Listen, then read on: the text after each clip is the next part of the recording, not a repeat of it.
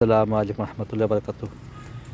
এটা আমাদের একটা চাইনিজ কসমস ফুলের বাগান, বেশ চমৎকার দেশি জাত, কিন্তু ফুলগুলো সুন্দর, প্রায় সারা বছরই হয়। আবার বীজ বীজ তৈরি, যেহেতু বীজ তৈরি হয়, সেই বীজ থেকে আবার আমাদের এই ফুলগুলো, গাছগুলো তৈরি করে আবার লাগানো হয়। এভাবে সারা বছরই এটার ফুল হয়, প্লাস ফুলের কালারগুলো ভিন্ন ভিন্ন ধরনের হয়।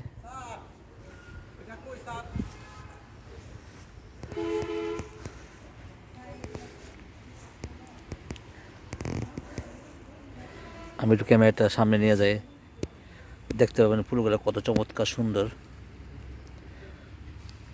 বাইরে লাল পাপড়ি, মাঝখানে হলুদ পুংকেশর, স্ত্রী কেশর, আবার যেটা হলুদ হলুদ পুংকেশর, আবার হলুদ পাপড়ি,